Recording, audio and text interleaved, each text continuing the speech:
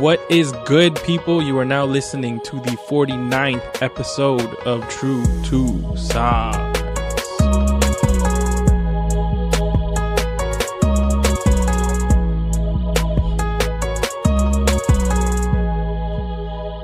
What is going on, party people? And welcome to True to Size. We are a weekly podcast centered around the wild world of sneakers. I will be your host today. My name is Lawrence Hopkins, and I am joined by the rest of the team at Canada Got Soul. Joel Hernandez. And Alvin Martinez. Hello. What's up? What's up, boys? I'm glad we all made it. Just so everybody knows, we are like risking life and limb to be here tonight. for real. Like, it is For real. Snowmageddon 7.0 of this winter. Yep. Skating rink. But we're out here, and we have a good episode for you guys today. Today on True to Size, we're going to cover a Wall Street-type headline stemming from the sneaker world. I don't know if you guys saw this. It's pretty crazy. Along with the list of top 10 selling sneaker silhouettes of 2018. Yaga. And we're going to round out the show covering culture. What is it? Why is it important? Where does it come from? And what's wrong with it right now, if anything? True. Yeah. But first, Alvin. Fire round. Nice. That was Almost. pretty good. That was Yeah, good, that's yeah. pretty good. I've been practicing. Need more rasp. Yeah. More rasp. Whoa. We like to start every show with a quick hitting question from you, our listeners. And this week's question comes from at Aldred R87 from Alberta. Yo, Aldred. You may know him better as the guy who wins way too many Netmag raffles. Yeah. Way too many. Ruben A, I believe it is. Yes. Man wins way too much. He says, long-time listener, first-time comment question. He said, your soul pole made me laugh and remember the movie Dazed and Confused, where one of the paddles was named the soul pole. I didn't watch the movie, so I don't know what that reference means. Keeping with the throwback theme, what sort of retro do you feel like they need to bring back, regardless of the brand or how well it would do? His answer, so you guys have some time. He said, I would have to go with some of my old high school. What the heck was that? I don't know. I would have to go with some of my old high school kicks. My old man always brought me up pairs of PEs from the States when he traveled, and I got attached to some Dada Supreme C-dubs that Chris Webber was rocking. He had a pair with the air pump, and then every time he took a step, the wheel would spin. So he would love to see those come back. What do you guys think? One pair that I've always wanted and never, ever had, but always, like, literally sought after, kept looking on whatever forum you can think of, is the Cool Grey 4. Oh. Yeah. But, like, I just want it to retro, like, actually retro, and them not to, like, change anything about it, like, at all. Or if you're gonna do something like off-white like patina the midsole, Make it look vintage. but that's it. Yeah. Yeah. Other than that, like you have to keep everything the same. Like you have the same way they're retroing like the infrared 6. You have heard that they're coming back this year, right? I have. Okay. I have. But like, You're hesitant to get excited. man, yeah. We'll see. With a lot of those classic pairs, though, they've been doing a pretty decent job. Like, I think they did a good job executing the Concorde. Yeah. And I think they did a good job with Black Cements. Oh, yeah. I think they did a good job with the infrared 6s this Yeah. weekend. And I think looks like they did a good job with Bread 4s. So they're on a good streak right now. so far so good. Yeah. Yeah. What about you, Joel? I don't know. Like me and whenever I run into like Jay from Time, we always talk about like old school Nike basketball shoes. Like I'm talking about like the Air Flight 90s, Ultra Force, those Air Force 5s. Like, if those were to come back, then I don't know, that'd be pretty dope to see. So I don't know, hopefully in the near future, those come around. I think my answer, and I feel like it might come to fruition soon, like it looks like it might, is the BB4. Yeah. So same thing, like an older Nike basketball shoe. Because Yeah, I say, yeah. like, as well as you guys, I was like huge Vince Carter guy. And I always wanted a pair of BB4s. Like I remember going with my mom to Foot Locker when I was a kid. I must have been like 10 years old, saying, we went to Payless, not Foot Locker, because my mom was not about the Foot Locker life in 2002 or 2001. And I was trying to explain to the lady at Payless, it's like it has a shock in the back, like it has like a spring, and she's like, I don't know what the hell you're talking about, kid. Yeah. She's like, I don't know what you're talking about, man. And I was like, damn, like I really want these shoes, and I never got them.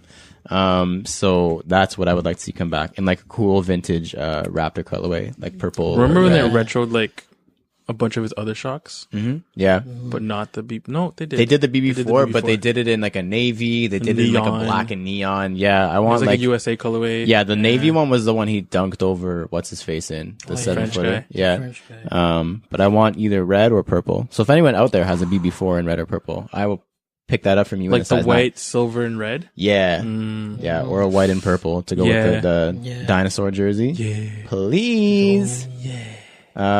Thank you, Ruben. And if you want to share any of that luck on a NetMag raffle, send it our way because we can use it. Yo, word. Size 11.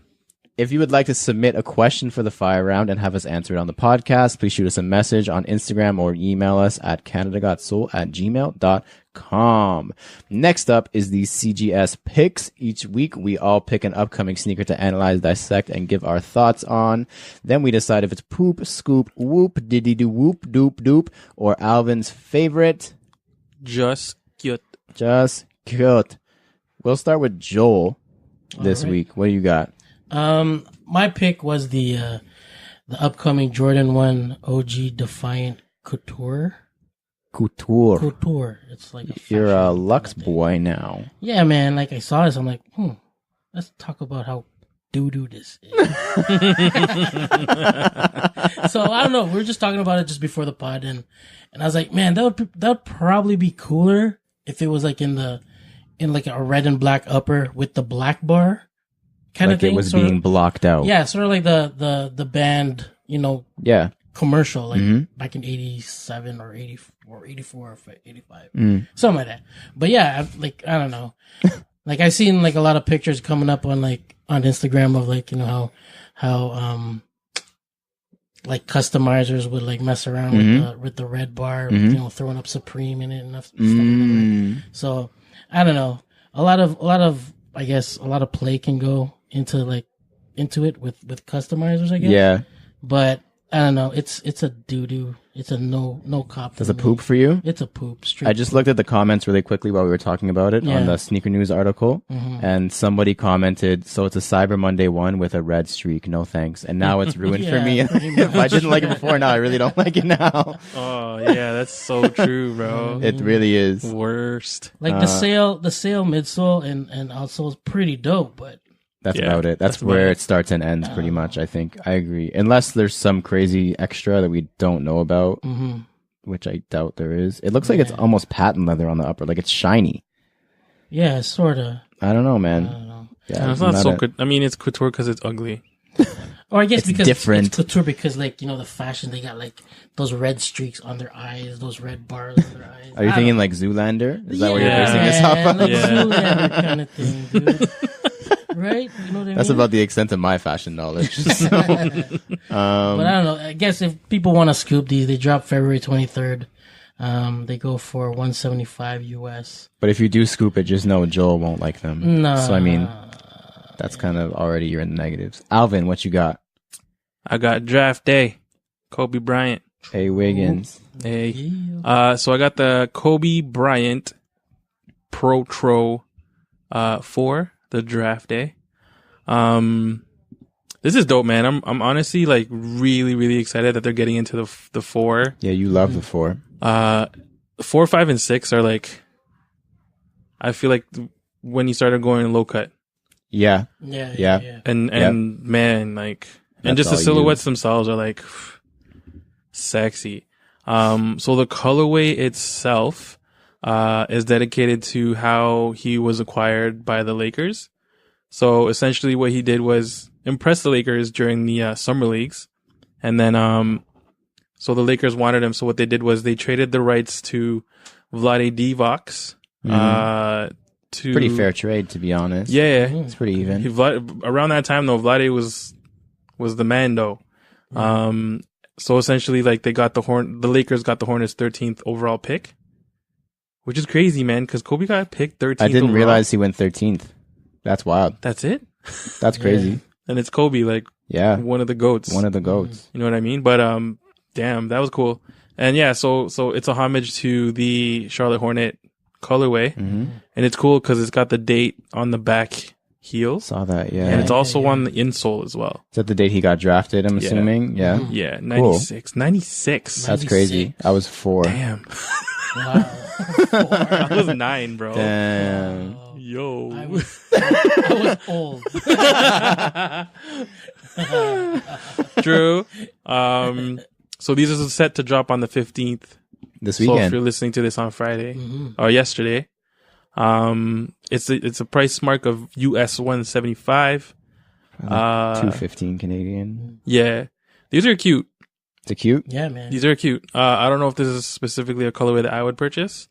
Definitely love the silhouette, but definitely love the homage to Charlotte. Yeah, and the whole story behind it. Game is in Charlotte. And Charlotte, for sure. It's very good timing, for sure. Very, very cool. But yeah, just a cute for me. No, nothing. I mean, I definitely hyped up about it. Yeah. Because I'm like, the fact that the 4s are coming back, though. That's why. Yeah, and I want to see what other colors they drop. Yeah. But, yeah, we'll see, man. It's an exciting time because I remember maybe a couple of years ago, I guess before they started doing all the Kobe Prelude and Fade to Black stuff, everyone was talking about, like, when are LeBron's going to start retroing? When are Kobe's going to start retroing? When are KD's going to start retroing? Yeah. And now it's happening. Yeah. So, like, I feel like we're in the future right now. It's crazy. It's kind of exciting to see, like, imagine once they start retired. Well, Kobe's retired, but, like, imagine when LeBron retires because he's already getting so many retros. Like, bruh. I'm excited. Yeah. I just want to see some crazy shit, man. I want to see some LeBron South Beaches getting retro, like some crazy stuff. Like, these are like cool. The 8s? Yeah, South Beach 8s. Like, crazy stuff get retroed. Shit. Like, they're doing good stuff, don't get me wrong, but I feel like they're teasing us with, like, half-decent releases. Yeah. Speaking of LeBron, segue. Wow.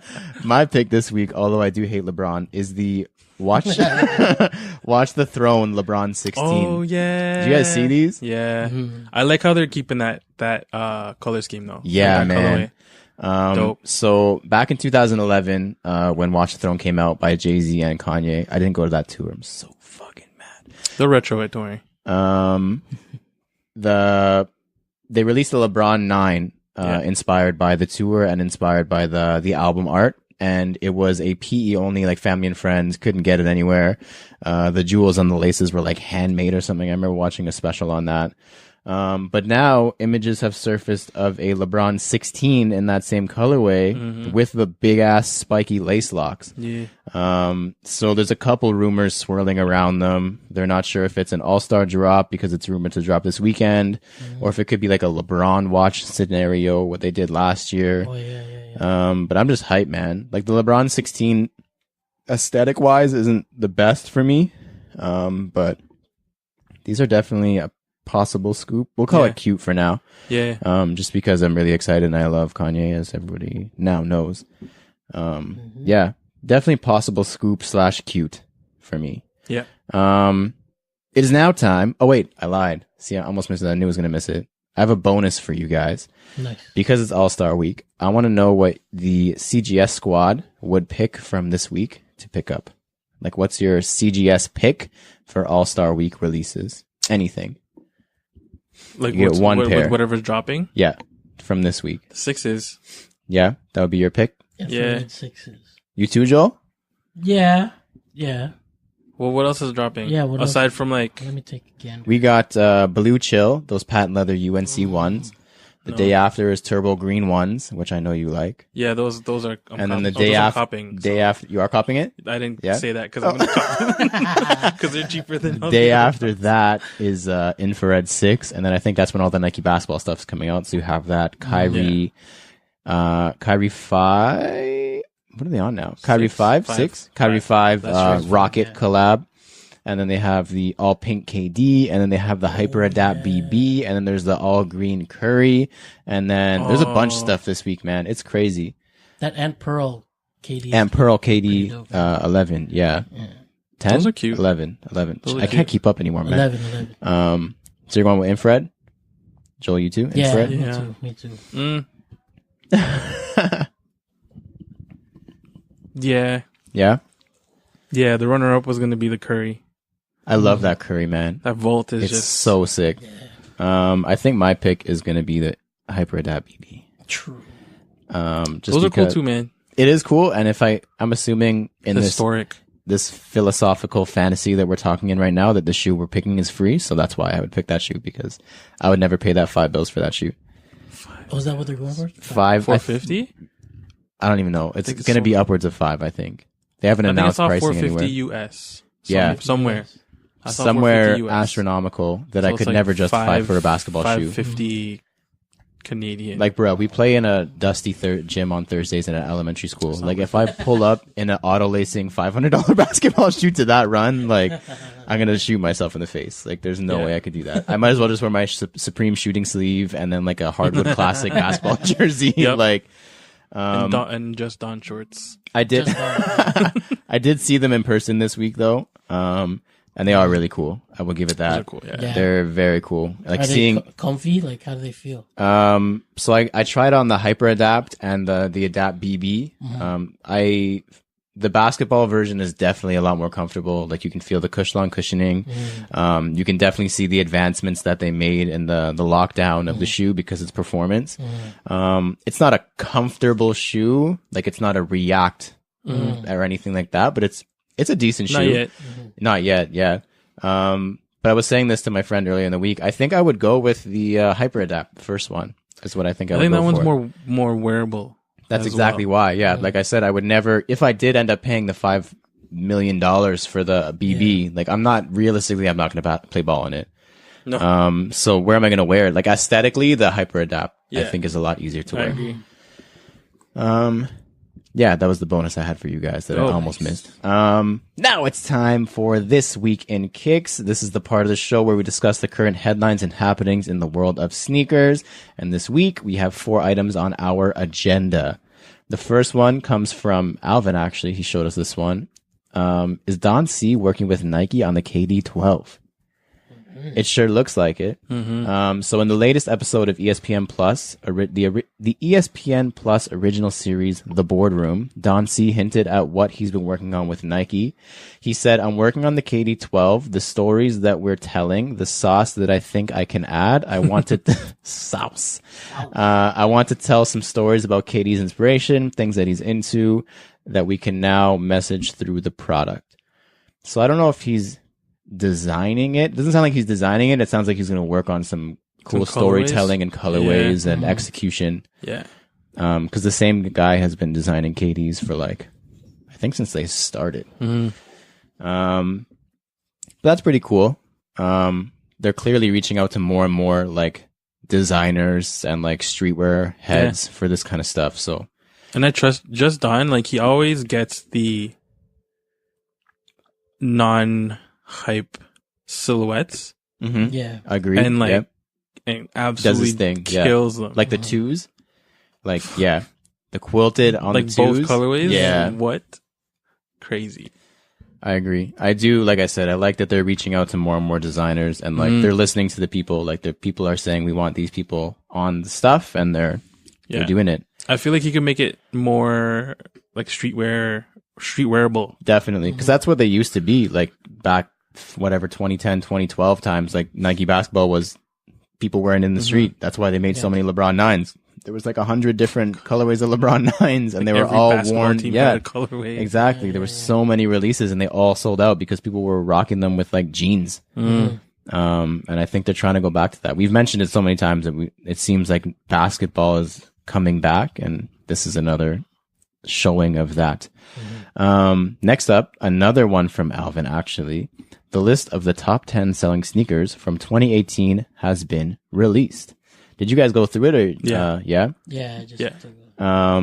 So for anyone who hasn't seen it, we'll go through it real quick. This is just silhouettes. It's not specific colors. And if you guys want to stop me at any time while I go through this list and comment, go ahead. Number 10, start from the end. Nike Air Force One Low. No surprise there. Number 9, Adidas Yeezy Boost 350. Number 8, the Nike Flex Contact. I don't know what that is. Get it? Nike Revolution 4. there's a 4, so that means there was 3 other ones, yeah. And they're probably gonna make 3 more after it. Yeah. The Vans Ward, which looks a lot like an old school. Yeah. A Hirachi, Jordan 11, Chuck Taylor All-Star Low, the Air Max 270, and number 1, the Nike Tangen. Everyone has a pair of Nike Tangens in their collection, don't they? Put your hand up if you have one. I never knew the Tangens existed until this list. The only reason I knew that shoe existed is because I worked at S'il vous plaît, and that was our bread and butter at that store. And that should really tell you something if that's the bread and butter of S'il vous plaît. Yeah. But yeah, what do you guys take from this list? Because I thought it was really interesting, actually.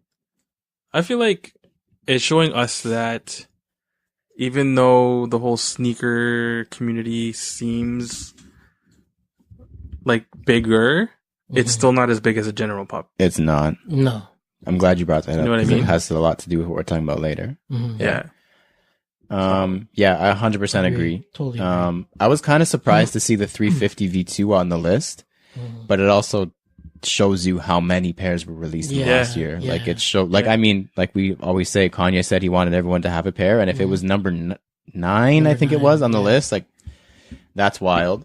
Air Jordan 11, I mean, they said there was 1 million pairs of Concords and they clearly were not lying. And like Alvin said, there's not a lot of hype on that list. No. At all. No. There is a lot of Nike on that list though. There is. It's almost all Nike. Heavy. Like there's Vans and Adidas on there. there's 1 Vans, 1 Adidas, 1 Converse. Yeah, but Converse is related, so That's true, actually. Converse is related to swoosh. You're 100% correct with that. But yeah, man, I just found it interesting. That's super interesting. Yeah. It's like the Tangens #1. Yeah. Like I said, I wouldn't have known what a tangent was if I didn't work at S'il vous plaît. It looks, for anyone listening, it looks a lot like a Roche run. Like that's what they updated. Yeah. That's what their update was to the Roche, I'm pretty sure. Next up, I'm assuming everyone saw this because it was everywhere on the internet. The Travis Scott ones finally released. Did they? You didn't know? Oh, I was like, what? I don't have the So yeah, immediately following his Grammy performance on Sunday, Nike had a shock drop of the reverse swoosh Air Jordan 1 on the sneakers app that sold out in under a minute. Surprise, surprise. What do you guys think of this shock drop stuff? Because they did it last year with the Super Bowl. And now they did it again. Well, and people, I feel like people were anticipating it this Oh, year's for Super sure. Bowl. Yeah. Yeah. People definitely this year's Super Bowl. Everyone thought something was going to happen. Man's already on the sneakers. Yeah, they weren't even watching the Super Bowl. No. Do you guys like the shock drop stuff? Well, I mean, for us, I guess it doesn't really matter because we don't have access to the sneakers app, anyways. I think it's pretty cool. Like It's definitely the cool. whole idea about it. You know what I mean? It gets everybody like thinking. Yeah, like when's it going to come out? When's it going to come out? I actually had this conversation with another friend this week, and he was like, man, I wish we had sneakers. Oh, I'm so salty, blah, blah, blah. And when I really started thinking about it, I was kind of like impartial. Like, I do want to have a sneakers app in Canada or something like it. Yeah. But for something specific like this, like Europe didn't get access, as far as I know, to this. This was USA only. So even if we had the sneakers app, it wouldn't make a difference for Canada in the first place, especially because we share stock with the EU. And it never lines up anyways. Like they just got the Serena Williams off-white blazer like last week, and those came out in like October or something. Yeah. What? So I mean, in that sense, I'm glad we don't have sneakers Yeah. because we would get stuff dumb late. But yeah, for something like this, it makes no difference. Like everyone who's saying, I wish we had it. Like just know we probably wouldn't have access to this stuff anyways. Yeah. And last up, a really, really big topic that has everything to do with what we're talking about later. I don't know if you guys heard about this or not. Foot Locker just invested $100 million in GOAT. Really? I didn't even know. I heard about it. You guys heard about? You heard about it? Yeah. So basically, Foot Locker's calling it an investment, and they're also calling it a partnership. For those of you who don't know what GOAT is, it's basically like StockX. It's a resale platform that's solely digital, so it's an app and it's a website. Can buy, sell used and new shoes. Basically, you can price them whatever you want and resell them. So GOAT Group founder Eddie Liu suggested any of Foot Locker's 3,000 retail stores could become physical access points for GOAT's digital marketplace. So it's just like an iPad on the floor. You think so? Like, yeah. Like you're not gonna have the physical shoe there. I don't know. Like I wrote down a couple possibilities just like thinking about it of what the partnership could be. So first of all, like, did you guys know that Nike sells their stuff on Amazon? Yes. Like officially, like Nike sells on Amazon. So I'm thinking that Foot Locker could use GOAT as a similar platform. So if they're going to do an online release, sell it on GOAT for retail. Yeah. I mean, it's direct to consumer still. It's just another platform for them to sell stuff. Brick and mortar Foot Locker locations, which is honestly what it sounds like they're hinting at, because in Foot Locker's press release, they say the same thing. Brick and mortar Foot Locker locations could serve as pickup and drop off points for GOAT transactions. So if you sell something or buy something from GOAT, it gets shipped to Foot Locker, or you ship it out of Foot Locker, and then they could possibly even authenticate it there instead of sending it to some office in, I'm not sure where GOAT, I think it's in LA. And I feel like the far end of the spectrum, which I don't know, I feel like it's not that far out of the realm of possibility, is maybe one day we'll see plastic wrap shoes being resold on the footwear wall beside the Nike Tangent. Could you imagine like walking in and seeing like in Foot Locker like retail Nike Tangents and old schools or whatever they called it, and like a Red October beside it sitting on the wall in a Foot Locker? Like, this whole thing seems so problematic to me. Like, there's so many reasons why I don't like this, but I want to know what you guys think about it too, because I'm about to go off, so I'm gonna give you guys like an opportunity to, if you have anything to say. I don't know. It's messed up. It's definitely messed up. It's like they're selling out. Yeah. Yeah. 100%. You know what I mean? And it just makes, I guess, sneakerheads look, I don't know, bad. Dumb. Yeah. It makes us look like idiots. Yeah, I know, right? I don't know, man. Then there wouldn't be like an exclusive kind of thing, because it's like, oh, it's at Foot Locker. Yeah, You know it's still at quote unquote Foot Locker. Yeah. Even if it's being sold through GOAT, which is Foot Locker partner now. I'm not about it at all. So What do you think, Alvin? They're just trying to get rid of the mom and pop, like middleman. yeah, that too, man. Consignment stores? Yeah. Yeah, you think? Because like, I don't know, and then obviously Goat's gonna hop on, because why not take? Well, I mean, money? like, yeah, it's like like I said, they called it a partnership, so it's not just an investment. Like, if it was just an investment, I guess it would be a little bit different. Still, really, really sus that Foot Locker, who's supposed to be connecting consumers with stuff at retail price, is also making money when you buy resale off that same product. So like kind of what Joel said, he said they sold out, and I mean, in a sense, it's kind of genius from Foot Locker's point of view. Like, it's, do you guys know how Ticketmaster has the resale option on their own website? Yeah. Did you know that? Yeah. Like, isn't that kind of messed up that you can buy, like, Ticketmaster will sell you a ticket for retail and then resell it on the same platform, and their logic is, well, if it's going to be done, we might as well like facilitate it so it's done cleanly and legally and safe and all that kind of stuff. But Foot Locker isn't Nike, it's not Adidas. Yeah. Like, you're representing all these brands, and you're selling them for retail. Like, it's not your brand to be able to say, I'm gonna sell it for a buck. Because then who's to say that it doesn't just get flipped right to resale, right? Like, so to me, this looks like Foot Locker's trying to put their eggs in more than one basket, obviously on both ends of the side, like the spectrum, I guess. So they win on the initial sale because they sold it to you and they bought it for bulk, and then they sell it to you for the 50% markup. And then when you resell it, they take that percentage that you resold and you gave to GOAT. They're winning on that one too. So that's really messed up to me. So if there's like a big major release, are they going to hold pairs back? That's what I mean. Like, there's so many like question marks. I feel like they do that already though. Yeah. But now it could be at like a corporate level. Like, I don't know. I feel like they do that already though. It's also, it kind of goes both. Surprise drop. Surprise drop. Yeah. Or like restock. Restock, quote unquote. Restock's not a restock. Yeah. Chill. So like they play a role in their own success in the sense that if Foot Locker does well, then GOAT does well. Yeah. Because that means all the pairs are selling at Foot Locker and they're going to get resold on GOAT. So they're going to get more pairs. Like, Foot Locker's going to get more pairs on the next release. And then, I mean, like, it's just like an endless cycle. Like, and if GOAT's doing well, that means Foot Locker's going to do well because stuff's selling on GOAT. So people are going to come in and buy it. Yeah. Like, to me, that's really messed up. Like I said, business wise, I think it's, of course, like, they wouldn't be here if it wasn't for money, but that shit's wild to me, bro. Sell out. We'll get into that in a minute, though. That's the main topic this week. Previously in Kicks, this is the part of the show where we review our latest pickups and recap the latest happenings in our sneaker lives. You guys pick up anything within this past 7 days? I had a big Costco haul. Oh yeah, what did you get, man? Some man, salt? Cavendish French fries. Ooh. If you guys aren't on that from Costco, Bomb. No, you got it from Costco. Mini eggs. get on that. Oh, yo. Yeah, they have like a 5-pound that- bag of mini eggs. That's crazy. It lasts me a whole week. That lasts me like a whole day. No pickups. No sneaker pickups. Yeah, no. Not No yet. sneaker pickups. Ask me next week. Ooh. We won't be here next week though. We'll ask you in 2 weeks.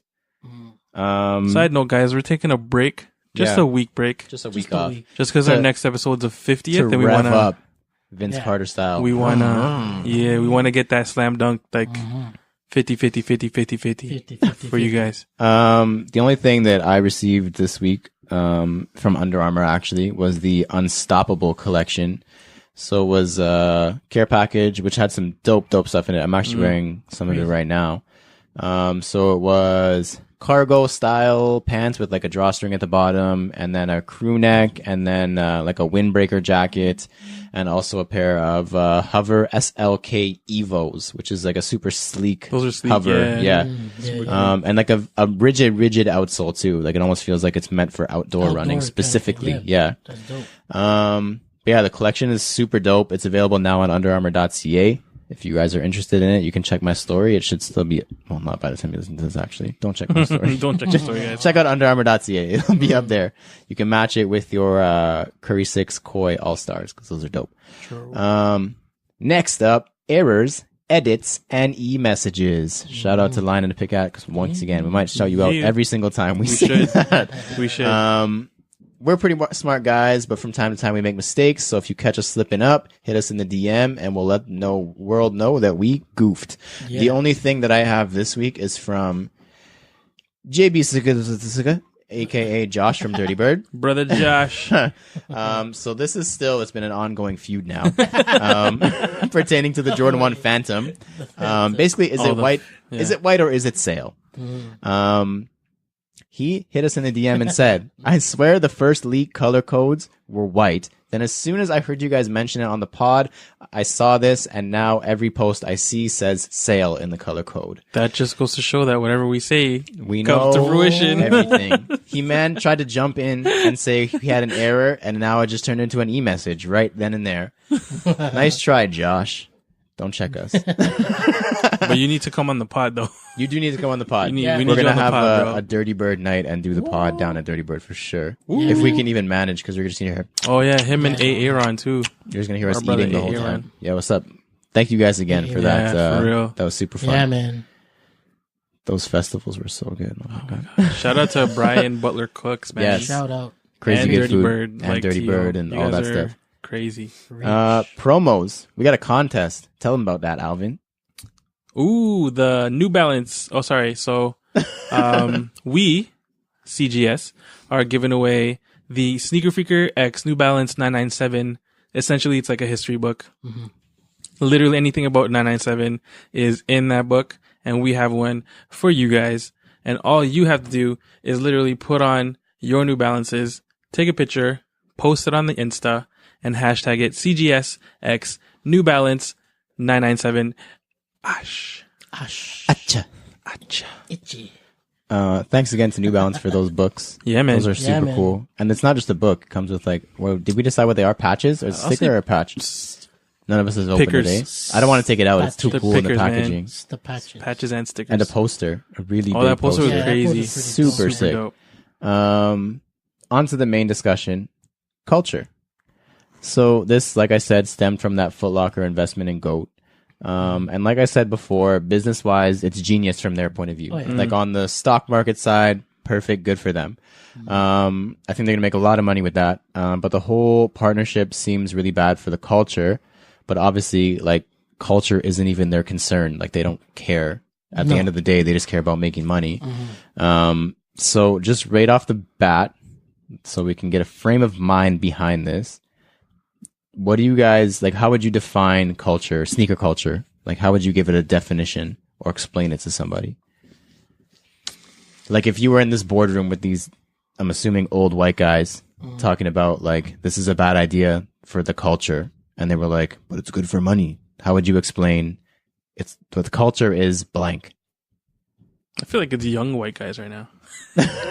whatever these white guys are doing. That were resellers. Yeah, clearly. Yeah. I don't know, man. Like culture in itself, I think it's. I don't know. It's like a. I wouldn't say like a movement kind of thing, but in a way, it's sort of is because we all know, who's who pretty much. It's not like. Not literally, figuratively speaking, like who's who, like your Lawrence, your Alvin. I mean, like what's up with that guy, or what's up with that girl, kind of thing. So it's sort of like, I don't know, how would you explain it? So it's like I would say it's the identity of the sneaker community, in a sense. Mm-hmm. I think it's just one of it's an identity, and it's like what holds it together. Yeah. Like, it's the reason that a lot of older heads and definitely some younger heads are in it in the first place. Like, it's not just the shoe's nice. Like, that's the top of the iceberg, the tip of the iceberg, but the whole bottom part is the culture behind it. Like, the culture is being driven by people who are passionate about the brand and the story and the history, and not about this is worth X amount of dollars. Yeah. Because if we cared about that, we would all just sell our collections and buy a nice house. Yeah, I should do that.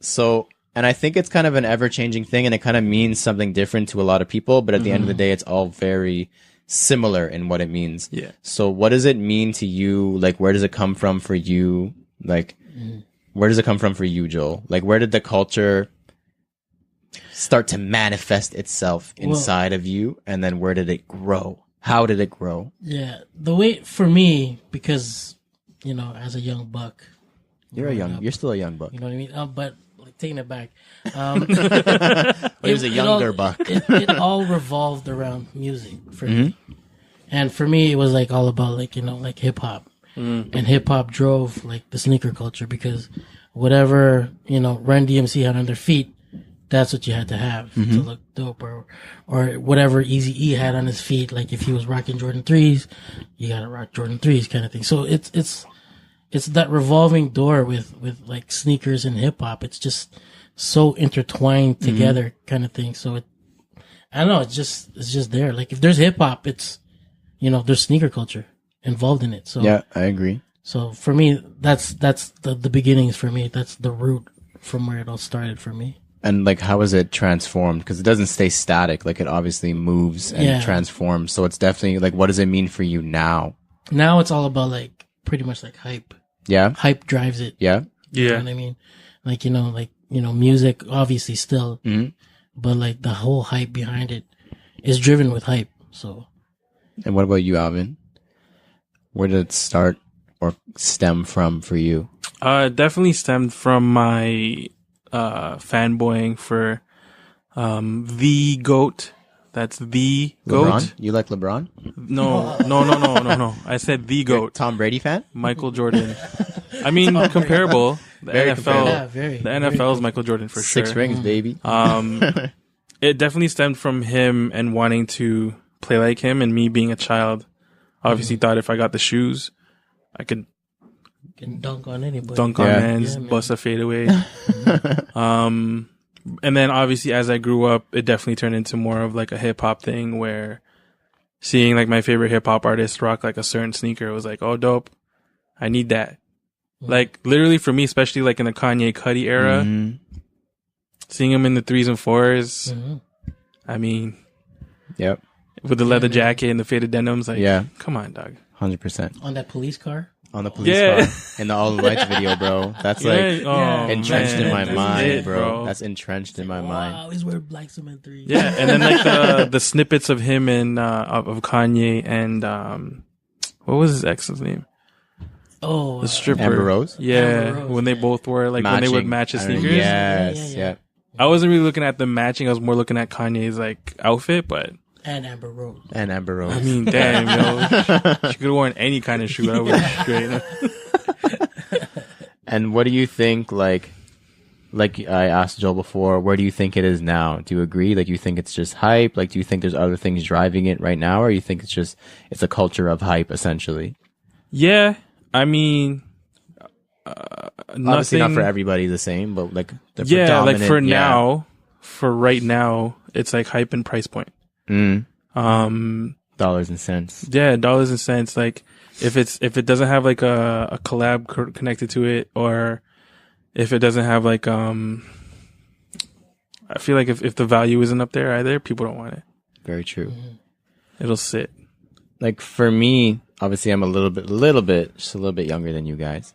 And I got in a little bit after you guys too. So for me, like it started just with like my friends. Like when I started working at Foot Locker, like Alvin was like, me and him were friends from very early on, and I had a lot of friends at Foot Locker. We talked a lot. Yeah, we about did. shoes at work. Yeah, we didn't work very much at work. But it started there, like literally just like learning from like all the people I was working with, and like I wasn't like a misfit per se growing up. Like I had a decent friend group and stuff, but I was moving schools a lot, like didn't have like a thing, you know, everyone has like a thing. Yeah. So like when sneakers came around, I was kind of like, this is dope. Like there's a whole backstory, like all of these stories, history, and I'm all super into that. And then it kind of turned into like, oh, like I watch like watching basketball, and now I know what these players are wearing. Like I love Kanye, and I know what he's wearing, and it kind of just like you guys said, like it just exploded from there. And it definitely now is just like you guys have said, we have all said time and time again, it's very hype and money driven. Yeah. And I guess that Foot Locker's investment kind of personifies that whole thing. Yeah. It's just money at this point. Yeah. Like I was having a conversation with, I probably can't even say who it was. But we were just talking about like sneakers and just stuff in general. And he was like, it's just a business, like it's just business. Like everyone's in it just for business. And I could remember even not too recently, like when I was first getting into it, like 10 years ago, like you'd walk into a shop and they just want to talk to you. Like you just want to chill. Like it's like these places were like safe havens. Like these were just like cool people just wanted to talk to you, or sneaker lineups. And now it's like at a sneaker lineup, you're just talking about, oh, I already sold it on StockX yesterday. I'm just like coming here to pick up a pair and sell it. Or you go into a store and they just want you to buy something. Like no one just wants to chop it up anymore. It seems like to me. Yeah. So it's super business oriented, which of course it is a business, but at some point, like the reason that they're there is the culture. Yeah. So why do you guys think that the culture overall is important? Like, I mean, aside from the obvious, but like, can you guys think of any reasons why like we need it? It's what keeps me going. Yeah. Yeah. Well, I mean, aside from the culture that is now, there are still a bunch of individuals who share our mindset 100%. in terms of like, you know, collecting sneakers that you like, or, you know, the hunt. I feel like the hunt The thrill of the hunt. for that specific pair of shoes is definitely a part of the older culture. Just cause now, man, like I swear, like people could just go up to their moms and their moms will just buy them whatever $5,000 shoe they want. There's no sense of like having to work for it, look for it, and whatever. I sound like an old fucking sneakerhead, then whatever. I don't give a fuck. We are. You know what I mean? Like I grew up in an era where I had to work for my shit. Yeah. Never, like, don't get me wrong, my parents provided what they needed to provide me with, but like anything extra was definitely through me doing stuff for myself. So I don't know, man. I feel like there's a lot of entitlement nowadays. Definitely a lot of entitlement. I agree. But I don't know, bro. It's definitely like it's different, but there's also the others that we know or we don't. Some people we don't know, but people that still have that older kind of mentality towards collecting sneakers. Do you think that the culture, like your love, passion, culture, all this stuff kind of stems from like not hardships, but like getting it by yourself? Yeah. Like, Oh, definitely. Yeah. like I feel like that's a real like what you said, like the fact that you went out, hustled, and were able to buy that pair of kicks, it has a lot more meaning, and meaning is essentially culture. Like it has more meaning, and it becomes an everlasting thing because you have a story behind how you got that shoe. Like I worked, whatever you worked, like 5 straight days at Walmart to go pick up like Black You Hat already 3s know. or whatever. Like, Yeah. like I remember those days when you had the paycheck already lined up before you even got it. Like you're buying the True Blues this week with the when paycheck. You're, Yeah, when you're offering, man, it's like yo, I offer you $250, but Next I don't get Friday. paid till Friday. So is it cool if I hold that? I got Can you hold $20 if you. I can send you Put on $20 right layaway. now. No, there's not even any sending back then. It was, I'll come give you 20 Yeah, bucks. Yeah. Like, yo, let's link up. Like, don't even give me the shoes. I'll give you $20 right now. Just hold it for me. Yeah. And what about you, Joel? Like, why do you think it's important? Like, why should people even care is essentially my question. Like, why should brands even care? About the culture? Yeah. Why? It's because, man, it drives us to buy the shoes. Like, you know what I mean? Do you think it's still driving it though? I don't know. Like, our shoe haul event, like, the turnout there was unbelievable. Like, the love that we got was unbelievable. Just kicking it was unbelievable. Like, you know what I mean? Like, the whole vibe there was crazy. Dope. And you could feel the culture at those two events, like in the last summer. So the culture's still there, like in the city, but we just got to keep it going. You know what I mean? And 100%. we just can't sell out to GOAT, man. Like in I just find it so messed up that can happen. So obviously we've decided the culture has changed. That was my next question. So do you think it's changed for the better or for the worse? And I feel like there's an obvious answer and a not so obvious answer, but what do you guys think? Better or worse? Old man sneakerhead about to come back out? Maybe. What do you think? Right now, definitely for the worse. People like we talked about this way, like how many podcasts ago? Being a hype beast when hype beast first came out, that wasn't a cool thing to be, fam. Now you have like all these YouTubers, all these like quote unquote sneakerheads saying that, oh, I'm the biggest hype beast. Like, congratulations. Yeah. You played yourself. Yeah. Yeah, like, you know what I mean? Like, that wasn't a cool thing back in the day. Like, it wasn't even like a... That was an insult. Like, It if was you an insult, if you call me a hype beast, I'm like, what? You're throwing Yeah. down. That's a beef thing. Yeah. I'm stepping on your shoes. Yeah. Now people laugh at it. Yeah. Like, yeah, I'm a hype beast. Huh? Yeah. Like, yeah, that's right. Yeah, I get it. I got all the new shit. Like, I get, like, cool, man. Like, that's cool. But, yeah, I don't know. It's man. What do you think, Joel? Better or worse? We just got to go with it, right? Yeah. Because, you know, it's what's being given to us. yeah. True. And, you know, we can't really change nothing about it, but we just got to keep to ourselves and, like, you know, just keep pushing forward. That's all we got to do. True story. You know? I'm going to play devil's advocate, obviously, because that's why I'm here. I'm going to say it's for the better. Like, take it back. We'll say 5 years ago, but we'll even go further. It's like 10 years ago. We'll talk like 2000 and what is that? Maybe not 2009. We'll say like 2012. Like Galaxy release, like that year, like when stuff really started to pop off. I think that's a fair time to say that the culture started to shift. Before that, you could pre-order shit, all that kind of stuff. How many stores got Galaxy phone posits when they first came out in Toronto? In Canada, even, I think it was probably 4. Yeah.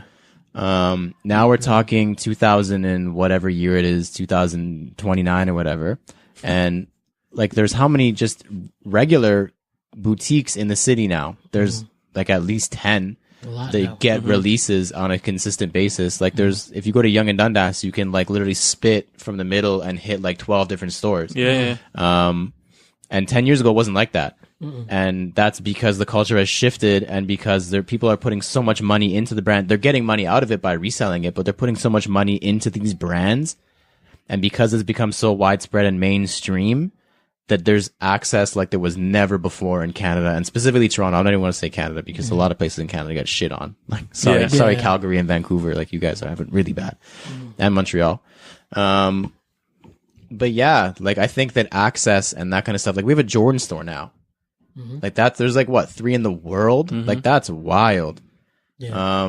So I mean, and the amount of pairs that we get, like when something cool comes out, it's not like before it was like, yeah, there's a size run at one store. And now it's like every store is getting 50 to 100 pairs. And I think that has a lot to do with the fact that the culture has shifted into a money oriented state. Because if it was 10 years ago, that stuff wouldn't even sell out.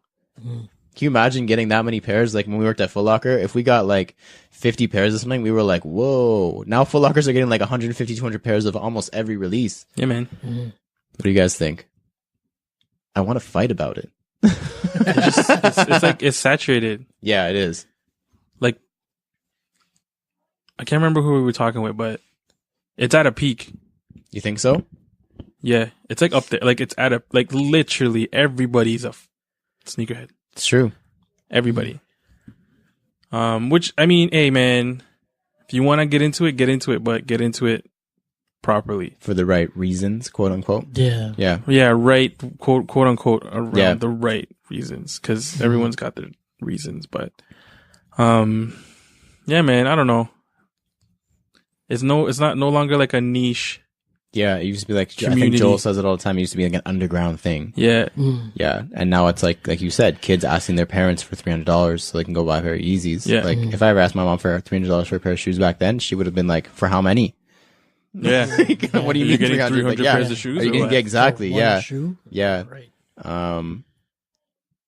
Yeah, like I said, I don't know if it's a good thing or a bad thing, because when you look at it, like, as sneakerheads, we think that, as Alvin said, like, we think that we're pretty big, but when you look at that top 10 list of sneakers, It's like nothing. we're small, man. Yeah. Yeah. There's no hype shoes on that list. Yeah. No. Like, think of all the things that us, and we'll say us as sneakerheads, cared about this year. None of them are on that list, except for Concords, maybe. But that's just because they produced a ridiculous amount of pairs. Like, we're small in the grand scheme of things, and the fact that, like, brands are investing in the money side of it, like, it's clear that the culture doesn't really matter to them. Kaya agrees with me. I don't know about you guys. But yeah, that top 10 list of sneakers along with that Foot Locker investment was like very eye-opening to me. Oh, yeah. Because like, it makes sense though. Like, Foot Locker's not staying afloat because of a release every Saturday. Yeah. They're staying afloat because of like, The Gen Pop, yo. yeah. Just regular ass people just Yep. buying whatever they see on the wall and they like. And Yeah. it's like, it's them not buying a pair every week. It's them buying a pair once every 6 months. But it's like a bunch, it's like 1 million people buying Yeah. one every 6 months. Yeah. Yeah. Exactly. A bunch of tangents every Yeah. 6 months. Shit, I think I need a pair of Tangents now. Apparently that's pretty hype. Number one. Number one, bro. Tangent. I didn't buy any of the shoes on that list. I ain't shit. Yeah. Damn.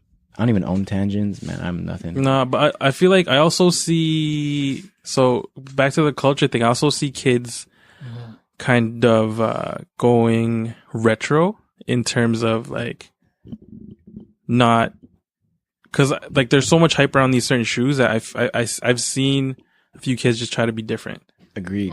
which is what we wanted to do back in the day. Yeah. We want it to be different. We wanted to be different. We wanted to floss like in our own way. The sneaker misfits. Yeah. Yeah. So I definitely like in the past few like sneaker shows or expos I guess we've gone to.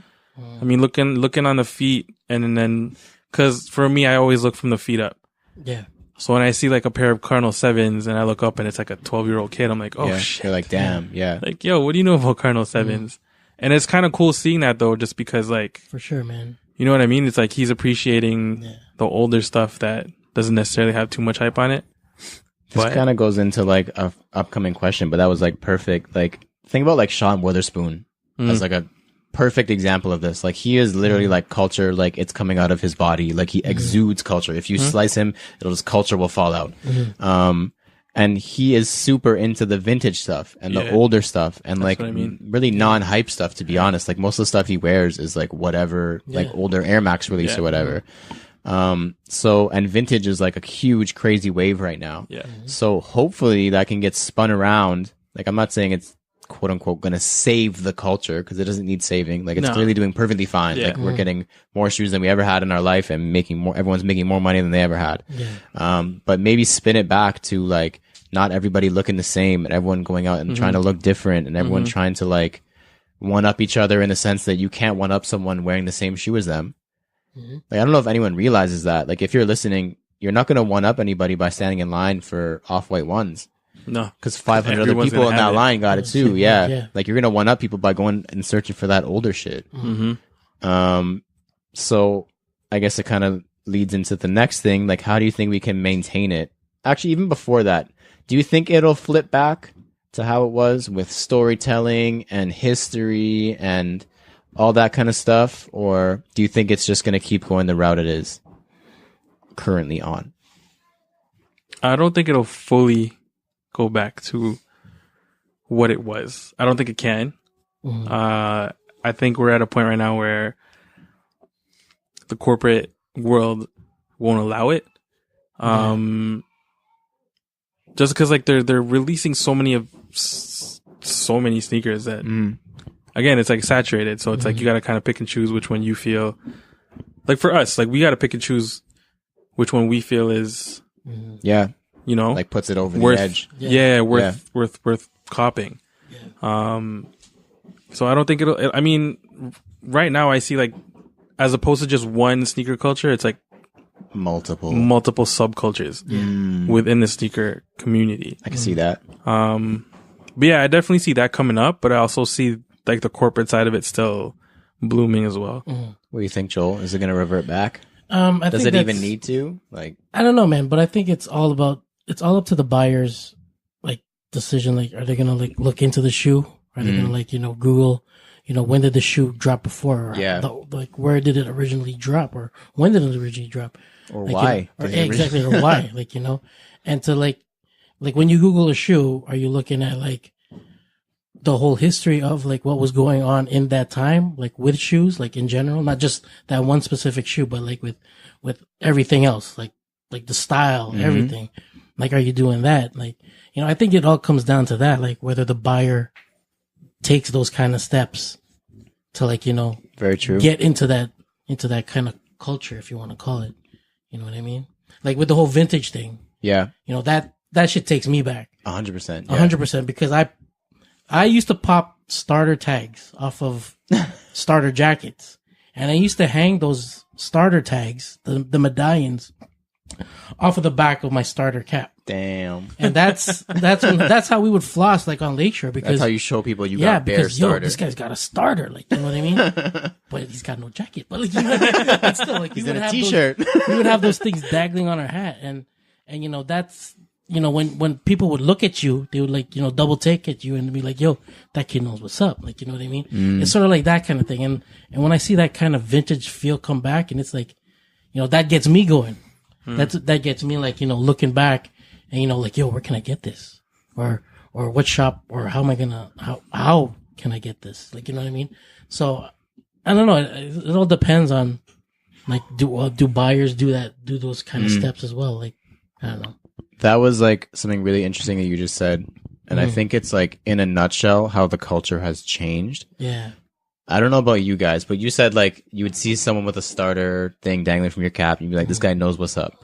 When I walk down the street, or if I'm downtown and I see a guy wearing a pair of off-white ones or a really cool pair of shoes, my immediate reaction is not, this guy knows what's up. No, mine neither. Not anymore.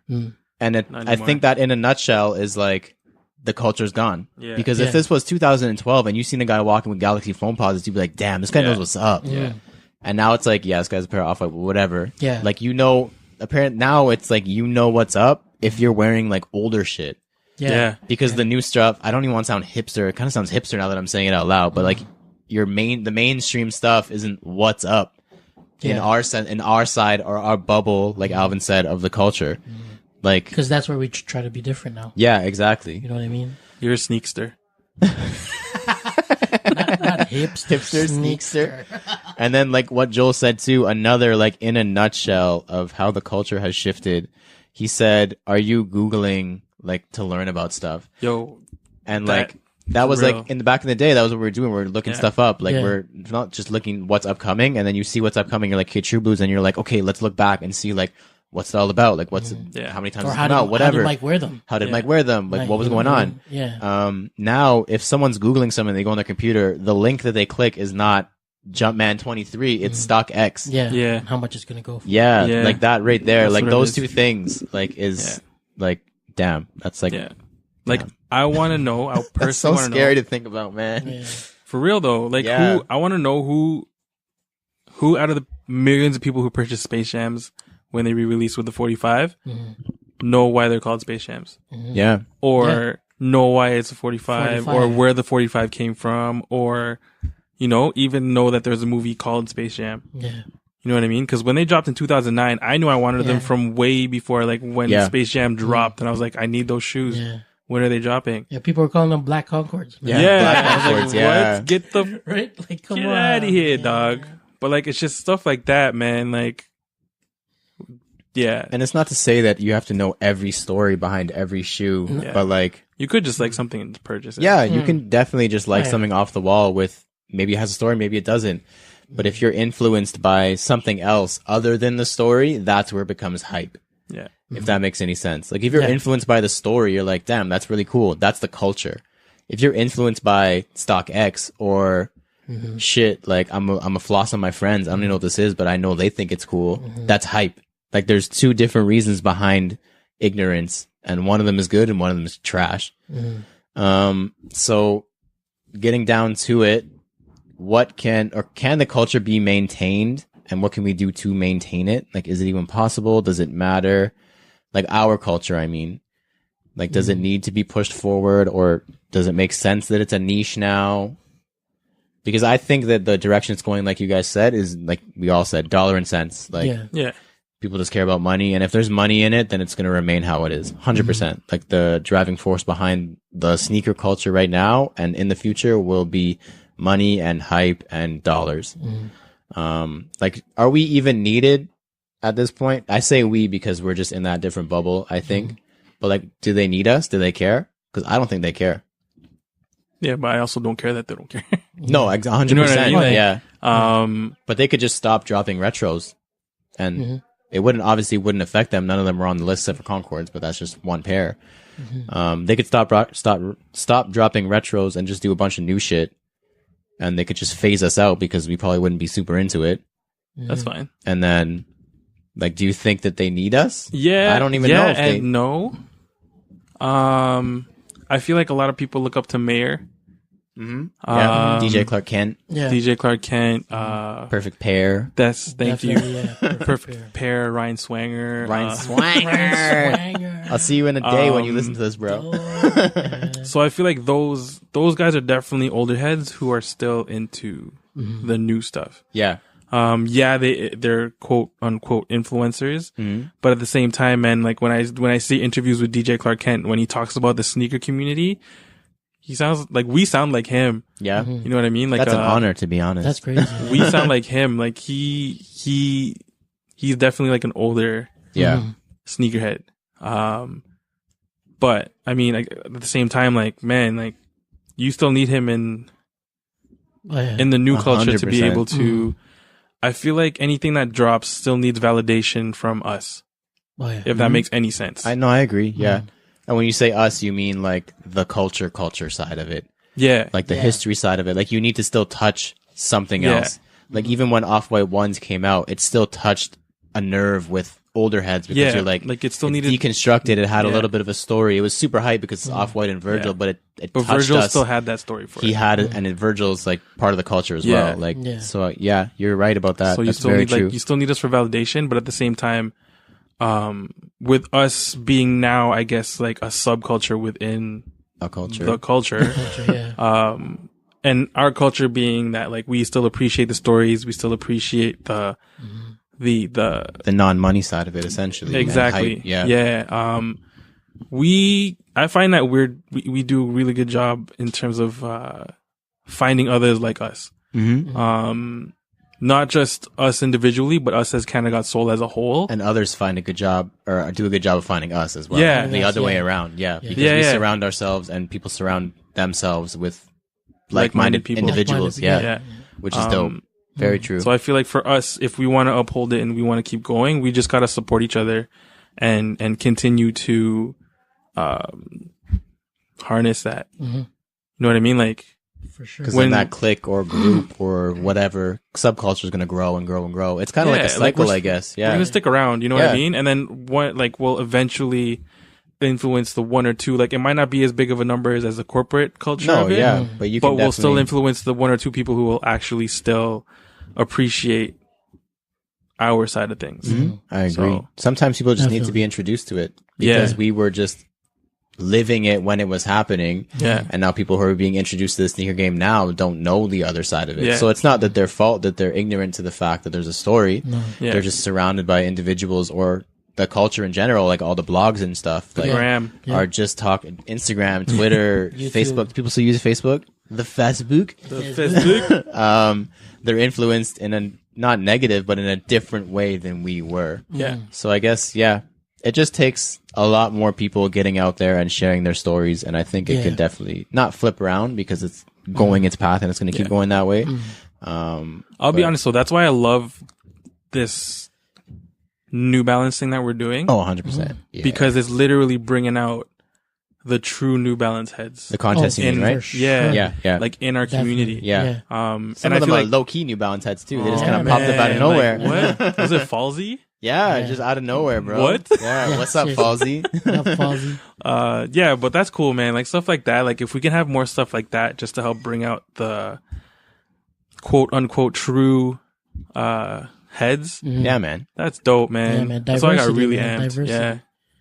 You know? So what do you think brands can do to maintain the culture?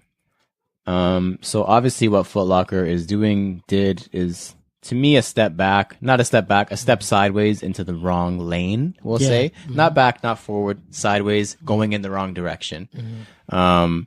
If they even said it was just an investment, I would have been like, okay, that's whatever. Like they just want to make some money. But they say partner, and that kind of puts me off because it's like, I don't know about that. What do you think brands can do to maintain the culture, push it forward? What can brands, shops, like anybody, sneaker media, whatever, what can they do? Like, I think one of the main things, we've talked about this before, but bots. Like, people buying stuff with bots. At the end of the day, the brand doesn't care because their shit is selling out. So the only reason that they would have to want to stop bots in the first place would be for the culture. They want people who want to be honest. Like, honest is really loosely used, I guess. Like, you're not dishonest if you're using a bot, but the traditional way, so they can buy it and hopefully wear it like a regular Joe would. So to me, like, stopping bots and that kind of stuff, like, even first come, first serve, I think maintains the culture in a sense. When stores, because a lot of stores do raffles, and for the same reason, they do raffles because dollar and cents, it costs a lot of money to do a raffle. Like, it's not just buying raffle tickets. Like, it's a lot more than that. It takes, imagine you get 150 pairs. You have to call 150 winners. That's a day. Yeah. Like, you have to fill out raffle ballots for 2 full days, pretty much. You have to field calls for 2 full days. You have to, like, sort out the winners. Like, it's a lot. And if you do first come, first serve, it's even more. Like, you have to maintain a line. You have to come in early. You have to deal with stuff that you don't care about. Like, really, like, this guy bugged me. Okay, I'm still going to sell the shoe. Like, it's for the culture. The reason you wanted to get into the person who was there first. Like, I think first come, first serve is a great way to maintain culture, and like, it feeds relationships. Like, anytime we've lined up, or I've lined up, or whoever has lined up, I know for a fact you've made a friend, at least one, that you didn't have beforehand. Or you've made a connection with somebody that is probably still a friend to this day, or you have a story or whatever. And that to me is culture. So I think, as it sounds small, but stuff like that, like first come, first serve, or stopping bots, or canceling bot orders, or whatever it is a great way for brands or shops to maintain the older culture, or the culture. I don't even know what we're going to call it. The subculture of culture. What do you guys think? Anything else to add to that? Yeah, definitely, like the whole lineup thing. Yeah. Like, you know, when we used to line up. Bro, that was the times. Yeah, man. Those were good because we would chop it up with like different people. That's how we met Shaheen. That's how we met so many people, man. And like I said, still friends to this day. Yeah, man. So it's like, keep that going. Yeah, definitely that for sure. I can't even think of anything else, man. Yeah, no. No? Me neither. I mean, I feel like it's up to the shops to do their thing, because clearly the brands themselves just, if it sells, it sells. They don't care how it sells. Yeah, pretty much. But it's up to like the mom and pop shops, or like the boutiques, to be able to keep it alive and from on their end. Definitely agree with, So, it starts at the bottom. Yeah, what's that shop that you were telling me that with the Yeezy drop, you had to come in with like an album or something? Yeah, that was exclusivity back in the day. Yeah, like do something like that. Like, just fun shit, man. The whole history behind like the shoe. Anything, like it's just a little bit of education. Or like when the South Beach Nines dropped at that store, you had to wear a pair of LeBrons to go line up. Like, see what I mean? Yeah. Something like that to get stuff in the hands of, like I said, there's no right people, but like people who will really appreciate it and not appreciate the flip. So I guess to kind of round it out, because this is what it's essentially about, do you think that consignment or secondary markets like StockX or GOAT help the culture or hurt the culture? My perspective's changed. Yeah. Because I feel like when we first started this podcast, it was like, yo, I'll fuck up our man who's our reseller. Yeah. Now it's just like, you know what? Like, it's giving people opportunities. Like a lot of people we know who've been hunting for a specific shoe for so long, it's been giving them opportunities to be able to attain that specific shoe. Yep. More specifically, like reseller like Nutmeg. Yep. You know what I mean? Like he always finds like gems or like Buddha Kicks or like whoever else, like Luke Kang Closet or whatever. All of these guys. They always find the gems, and it's just like some of them, are crazy priced. But listen, like if you really wanted that shoe for this long and you're willing to pay for it, then by all means, do your thing, man. Like it is what it is, right? So it's kind of helping the culture in that sense. I agree. Yeah. What about you? Same thing too, man. It keeps, I don't know. We just got to go with it, right? Yeah. Because that's how the game is now. So love it or hate it, it's there. It's there, right? Yeah. And just like with my Sean Waterspoons, like that's the reason you were able to get it. I had to flip like 2 pairs just to get the one pair. And it's sacrifices and whatnot, but you gotta do. So, yeah. Like I can honestly say that I wish in 2012 we had this kind of access like we do now, like to sneaker resale shop. There's like how many consignment shops just in Toronto, let alone like online platforms. Like it's crazy. Yeah. So like the fact that like when I was buying shoes like crazy back in early 2010s, bro, I would have like cleaned out those stores. Yo, like in Calgary, they have like Lex Ave in the mall. Yeah, like that's nuts. Yeah. That's a consignment shop. That's crazy. Did you guys see? Shout out to Andy first of all. He's opening Plus at Yorkdale. Yorkdale, yeah, that's a big move. That's really cool. That's sick. Shout out to Andy from Tame Toronto and Frappa. If Frappa listens to this. But yeah, I think that consignment and resale shops definitely don't hurt. They definitely help the community because without it, we'd be screwed. Yeah, man. If I had to rely on Kijiji, I'd be. You're essentially paying extra for the store to hold that pair for you till you can afford it. Yeah, that's a good way to look at it. It's like a layaway without being a layaway. Yeah, they don't know, but you know it. Yeah. So. But yeah, do you guys have anything else you want to add about culture? You guys have any closing remarks? I think that was a good constructive conversation. Yeah, man, that was good, man. Yeah, you're good? Yeah. All right. Well, thank you to everyone who has supported and or been a part of this podcast. Wherever you're taking in this episode, please leave a comment, review, follow, and or subscribe. We have a Facebook group called CGS Talk. We like to use it as a forum, sell some stuff, connect with you guys, all that kind of stuff. That is facebook.com/groups/cgs.talk. We also have a website where we have our reviews, recap stories, much, much more. We have our True to Size episodes up on there now, so you can listen to them straight from the website. Yes. That is CanadaGotSoul.ca. If you have any questions or suggestions for any of our segments, like the Soul Poll, Sneaker Heading for Dummies, the Fire Round, or you just want to talk, because Alvin likes to respond to emails, shoot us a DM or email us at CanadaGotSoul@gmail.com. Don't forget to use hashtag CanadaGotSoul for a feature on Instagram too. I have been Lawrence Hopkins, your host. You can find me at LDoggyStyles on Instagram. Woof. Yeah, I'm Joel Hernandez. Forgot about what Joe Dooney, JO_D3OsNEY. I'm Alvin Quincy, and you can find me at MISTERQ and then Mart. And I have been already said that, and we. I was used to going last before. And we have been Canada Got Soul. Thank you for listening to us talk about sneakers. Please do not forget to rock your kicks.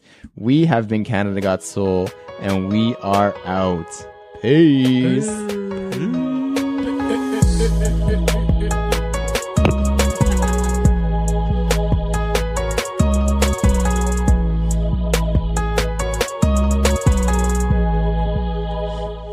You hosted last week, and now I'm out of rhythm.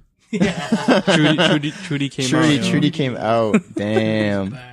Good thing I pressed record. That was a good episode.